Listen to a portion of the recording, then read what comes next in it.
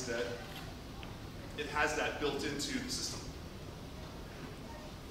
The idea that you can get great grades and you can be awesome at what you do, but if you don't help anybody, if you don't do anything, you don't get out into the community, then what's that? I don't have to be here. I could be sitting in my office counting money or playing Tetris or doing whatever. You know, I don't have to be here. But how does that reflect upon me? But that applies to you as well. Because you could be doing stuff right now, you could be doing stuff. Right this instant. And you can start building that foundation. And I know what's exciting is that I know some of you are paying attention. I know some of you are going to listen. And I can't wait for you to experience the success that I've had, how great it is. And I want you to have it. So I'm happy to answer any questions that you have.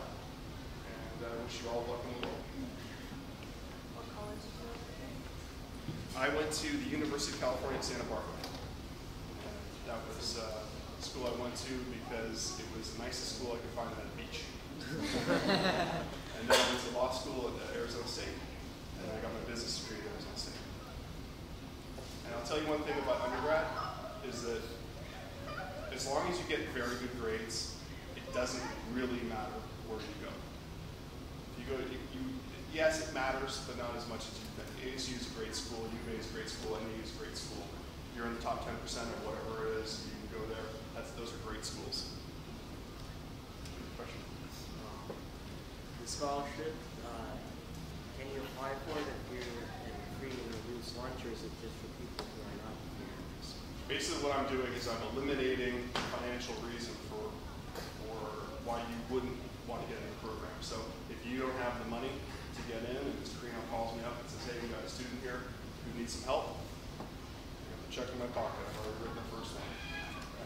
I'll help you guys out.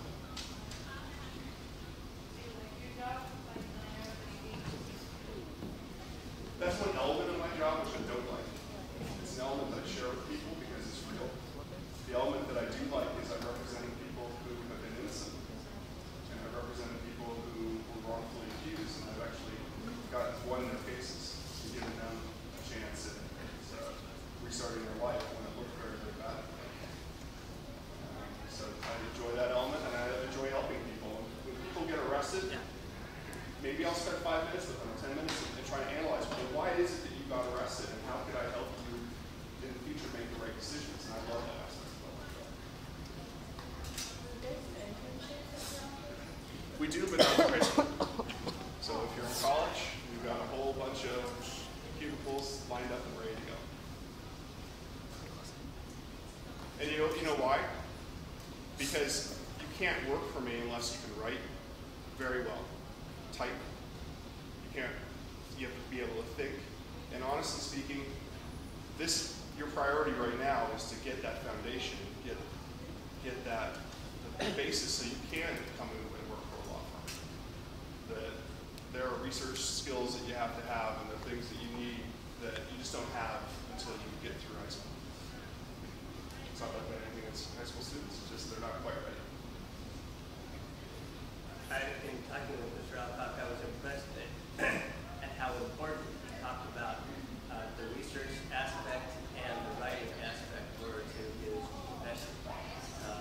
And so if you're ever sitting in an English class or a social studies class or any class and they're asking you to do a research paper, and you're wondering why do I have to do this, there are more jobs out there than you think that require that skill. In order to get, if you were so-so, you might be able to get by in some aspects, but you just have, that's why we have them as requirements, as assignments, because you're going to have to do this in quite a few professions that you could choose from. My first job was a paralegal back in 1992, meaning I was helping an attorney. You know what the attorney did when I was applying for the job?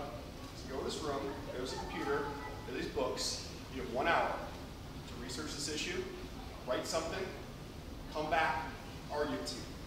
If I'm not convinced, I'm not going to hire you.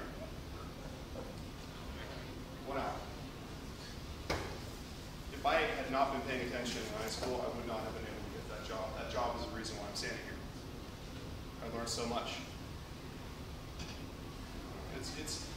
In high school, you think, oh, I don't know, I don't see how this really applies to me. I don't see why it's really going to help me. But then you get out in the real world. I won't hire somebody who can't write. Why would I do that? What a waste of time. I'm not going to teach somebody to write. That's not my job. I'm not a teacher. You better come and you better bring it. You better be able to get in front of a group and communicate. You know, if I meet somebody, I better see eye contact. I better see professional garb. I better see conviction. I'm not going to teach somebody how to do that. I'm not going to teach somebody how to tie their shoes. You know, I got this one guy who showed up and he wanted to work for me as a file clerk. And he's sagging, his pants were hanging down. It's like, what is that?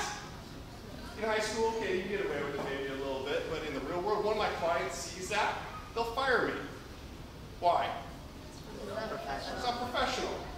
That client's going to think, well, this guy is not professional, so he won't handle my case the right way.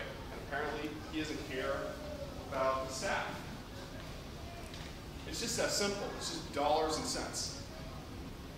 If you can't communicate, if you can't write, if you can't do what you have to do, you're not going to make money and be successful.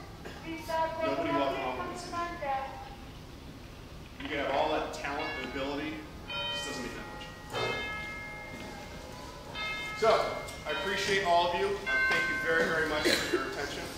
I can tell that you guys are a bunch of great students and you're going to go far.